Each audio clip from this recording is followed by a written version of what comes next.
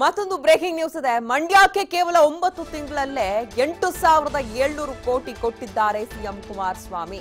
ಯಾವುದೇ ಮುಖ್ಯಮಂತ್ರಿಗಳಾಗ್ಲಿ ಇಷ್ಟು ಅನುದಾನ ಕೊಟ್ಟಿದ್ದಾರಾ ಅನ್ನುವಂತ ಪ್ರಶ್ನೆಯನ್ನ ಮಾಡಲಾಗ್ತಾ ಇದೆ. ಹಾಗೊಂದು ವೇಳೆ ಕೊಟ್ಟಿರೋ ಇತಿಹಾಸ ಇದ್ರೆ ನಾನು ರಾಜಕೀಯವನ್ನೇ ಬಿಡ್ತೀನಿ ಅಂತ ನಿಖಿಲ್ ಚುನಾವಣಾ ಪ್ರಚಾರದ ವೇಳೆ ಸಚಿವ ತಮ್ಮಣ್ಣ ಸವಾಲ್ ಹಾಕ್ತಾ ಇದ್ದಾರೆ. ಈಗ ಮೊಸಳೆ ಕಣ್ಣೀರು ಹಾಕ್ತಾ ಋಣ ಇದೆ ಅಂತಾರೆ. ಮಂಡ್ಯಕ್ಕೆ ಅವರು ಏನು ಋಣ ತೀರಿಸಿದ್ದಾರೆ ಅನ್ನುವಂತ ಪ್ರಶ್ನೆಯನ್ನ ಸುಮಲತಾ ಅವರ ಹೆಸರನ್ನ ಪ್ರಸ್ತಾಪ ಮಾಡದೆ ಸಚಿವ ತಮ್ಮಣ್ಣ ಹಾಕಿದ್ದಾರೆ.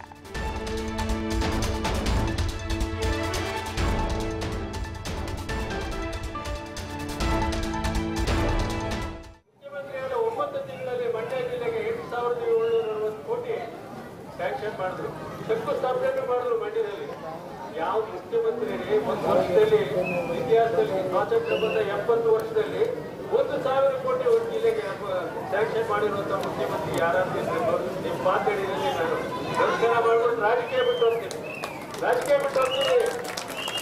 ಅದರಿಂದ ದಯಮಾಡಿ ರೈತರ ಬಗ್ಗೆ ಯಾರಿಗೆ ಕಾಳಜಿ ಇದೆ, ಯಾರಿಗಿಲ್ಲ, ಬರೀ ಮೊಸಳೆ ಕಣ್ಣೀರು ಹಾಕೊಂಡು ನಾನೆಲ್ಲ ನಮಗೆ ನಿಮ್ಮ ಋಣ ಇದೆ ಅಂದ್ರೆ ಏನು ಋಣ ತೀರಿಸಿದ್ದಾರೆ? ನಿಮ್ಮ ಋಣ ಎಲ್ಲರ ಮೇಲೂ ಇದೆ. ಇಲ್ಲಿವರೆಗೆ 70 ವರ್ಷದಲ್ಲಿ ಯಾರ್ಯಾರು ಬಂದಿದ್ದಾರೆ ಎಲ್ಲರ ಮೇಲೂ ನಿಮ್ಮ ಋಣ ಇದೆ. ಆದ್ರೆ ಋಣ ತೀರಿಸುವಂತವ್ರು ಎಷ್ಟು ಜನ ಇದ್ದಾರೆ ಲೆಕ್ಕ ಹಾಕಿ. ಅದು ಬಹಳ ಮುಖ್ಯವಾದಂಥದ್ದು. ಹೇಳ್ಕೊಂಡ್ಬರ್ಬೋದು, ನಿಮ್ಮ ಋಣ ಇದೆ, ಋಣ ತೀರಿಸ್ತೀನಿ ಅಂತ ಹೇಳ್ಕೊಂಡ್ಬರ್ಬೋದು. ಅದಕ್ಕೆ ಬೆಲೆ ಕೊಡುವಂತ ಜನರು ಇದ್ದಾರೆ. ಅವ್ರಿಗೆ ತಕ್ಕ ಉತ್ತರ ಕೊಡ್ಬೇಕಾದಂತವ್ರು ನೀವು ಉತ್ತರ ಕೊಡ್ಬೇಕು.